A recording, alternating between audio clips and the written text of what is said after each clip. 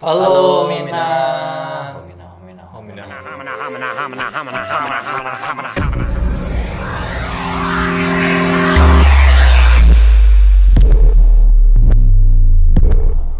Ya, kali ini kita akan mereview chapter Mereview terbaru 977. Iya benar banget. Ada beberapa poin ya. Tepatnya 8 poin Iya, yang kita yang catat. kita catat dan kelihatannya penting ya. Iya. Kalau kita catat penting dong. Iya, mari kita simak. Oke, poin pertama kali ini adalah kru topi jerami nampaknya senang banget ya lihat Jinbe kembali. Iya, pastinya pasti Dan senang. Karo juga ikut-ikutan senang. Iya. Itu siapa sih? Padahal sebenarnya dia bukan anggota ya. Iya. Ya mungkin dia udah jadi kayak Vivi ya, Vivi waktu dari Arabasta gitu, meskipun bukan anggota tapi udah kayak seperti anggota Protobi Cerami gitu. Rot gitu. Oh. Ya, dan saya juga nggak heran ya kalau mereka pada senang banget, karena seperti yang kita tahu terakhir Jinbe kelihatan adalah ketika Jinbe menolong kru Tobi Jerami dari kejaran bajak laut Big Mom. Tentunya itu sangat berbahaya dan Berjasa banget itu. iya berjasa, dan bahkan di chapter 959 Luffy pun sampai mempertanyakan Big Mom sudah datang di Wano tapi kenapa Jinbe belum. Iya. Mungkin dia mengira kalau Jinbe udah mati gitu. Jadi ketika Jinbe ternyata masih hidup, mereka pasti seneng banget dong. Iya. Oke, dan poin kedua adalah Nami dan Chopper membahas keahlian Jinbe dalam mengemudi Iya, kepada Frankie. dia ngomong kepada Frankie ya. Dan Chopper juga ngomong kalau Jinbe ini bisa membawa Sunny di seperti berselancar gitu ya, Iya. berselancar di ombak-ombak. Iya, ini mungkin Chopper teringat ke masa lalu di chapter 881 di mana memang Jinbe membawa Sunny di sela-sela ombak tsunami buatannya Big Mom gitu. Oke, dan poin ketiga kali ini adalah jika dilihat secara sekilas Denjiro terlalu berlebihan gitu ya, memandang Kinemon sebagai pemimpin yang hebat. Hebat banget gitu ya. Padahal hoki. Hoki, iya. Ya memang kalau dilihat secara sekilas memang terlihat berlebihan ya. Tapi kalau kita amati, Tak telaah gitu. kita telah mungkin sebenarnya Denjiro ini menunjukkan sifatnya yang sangat loyal dan sangat menghormati pemimpinnya gitu. Seperti yang kita tahu dari kecil, Denjiro ini sangat menghormati Oden kan, sangat ngefans gitu sama Oden, hingga akhirnya dia memutuskan mengikuti Oden dan sangat loyal sekali. Makanya nggak heran ketika Oden meninggal, Denjiro ini sangat sedih, sampai-sampai kesedihan dan kemarahannya ini merubah wajahnya gitu. Dan kemungkinan yang menjadikan Denjiro terlepas dari kesedihannya adalah ketika dia sudah merenung dan dia mencoba melihat masa depan, maksudnya melihat harapan bahwa saat ini masih ada harapan dan dia punya pemimpin baru yaitu Kinemon.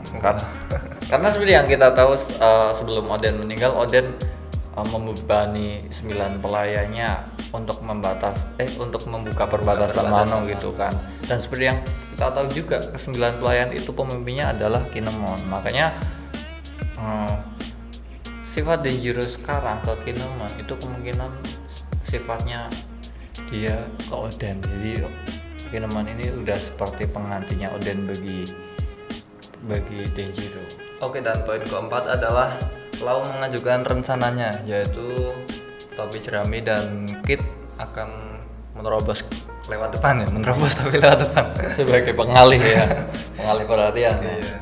Kemudian kelompok yang lainnya dibagi dua, ke sisi kiri dan ke sisi kanan. Itu kemungkinan suku Ming dan samurai gitu. Kemudian The Nine Red Scabbard atau pelayan Oden ini akan dibawa oleh Lau pakai kapal selam dan akan lewat dari belakang. Dan akan masuk pakai room itu ya. Iya.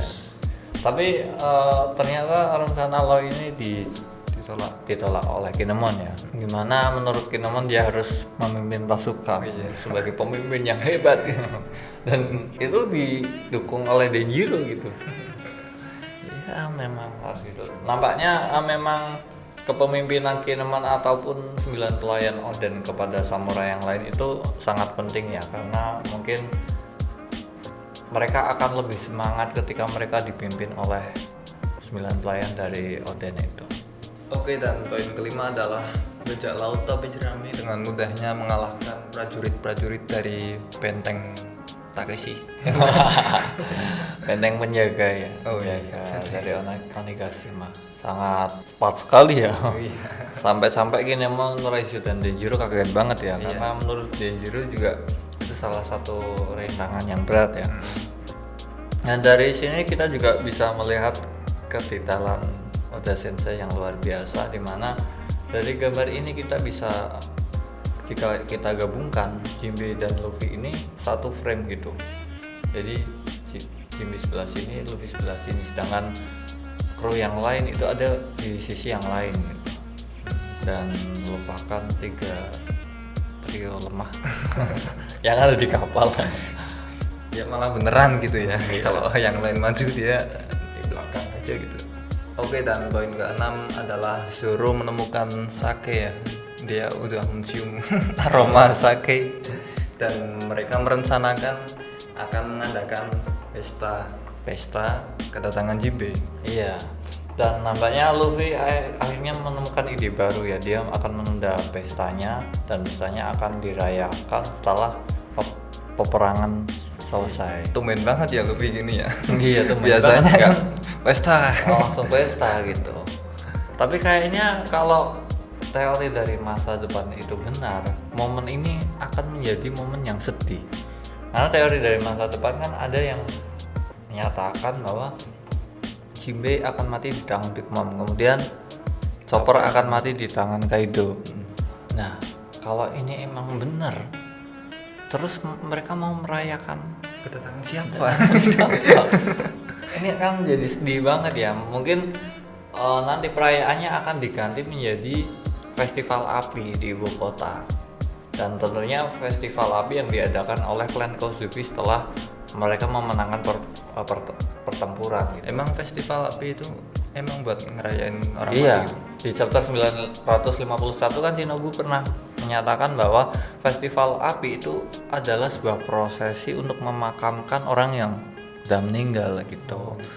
Jadi mungkin ini akan menjadi chapter yang sangat sedih ya ketika ini terjadi. Oke, dan poin ke-7 adalah Kaido lagi mencari putranya ini. Iya. Gimana? Iya, kalau ada teori yang dari masa depan lagi ya. Kaido kehilangan putranya dari dulu, dan putranya adalah Zoro. Berarti kan artinya dari kecil banget lah.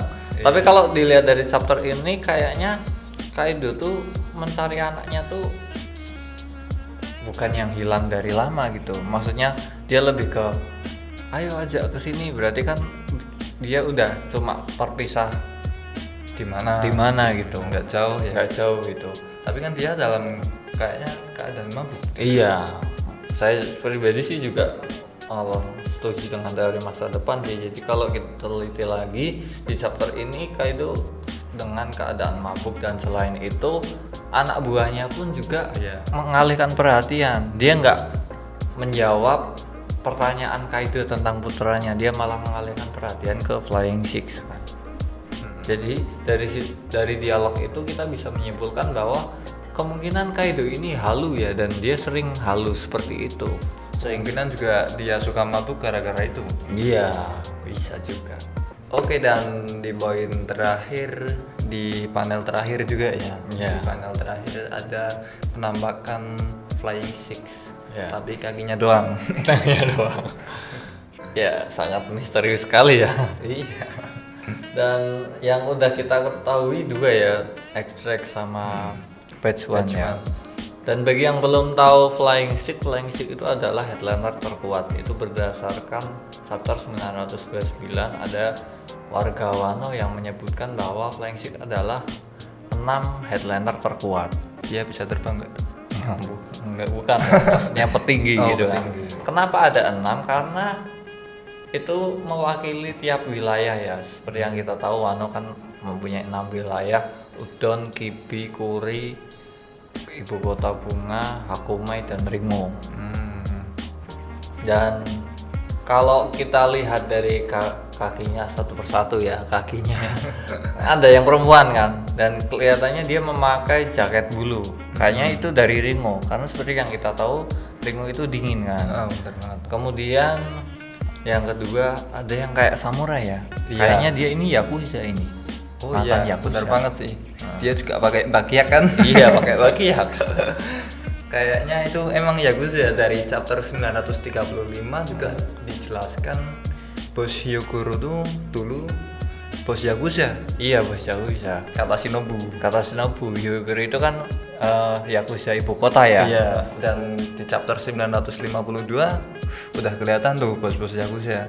Ada dari 4 wilayah Mm-mm. dan 4 wilayah tambah Hyokuro 1, 5 tuh. 5, berarti kurang Kurang satu. satu. Nah, yang udah terlihat kan yang di penjara Udon itu keempat wilayah itu kan mewakili Udon, Kibi, Akumai sama Ringo. Yang belum Kuri. Yang satunya kan ibu kota bunga ya, Hyokuro itu. Iya guru, pemimpinnya ya, di ibu kota. Jadi kemungkinan Flying Sheik yang samurai ini kayaknya dia mantan Yakuza Kuri. Karena di chapter 912 Tangoyama juga pernah bercerita ke Luffy ya kalau X-Drake itu berhasil mengalahkan 5 samurai yang menjaga dewa di Amigasa di Kuri ini, dan mungkin salah satu dari 5 samurai itu yang dikalahkan X-Drake. Akhirnya dia Berarti dia nggak loyal ya? nggak loyal, akhirnya dia lebih memilih untuk menjadi pengikut Kaido.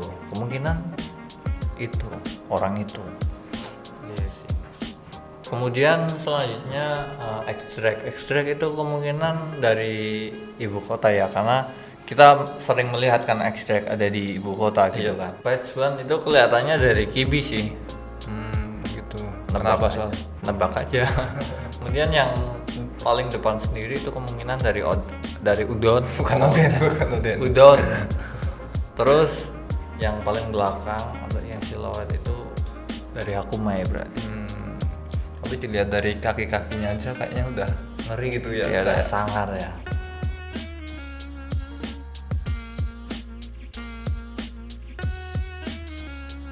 Ya itu dia nakama semua review kita kali ini, dan itu menurut pendapat kami, dan gimana menurut pendapat kalian bisa tulis di di kolom komentar ya.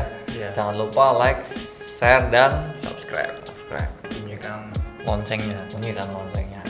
Tek.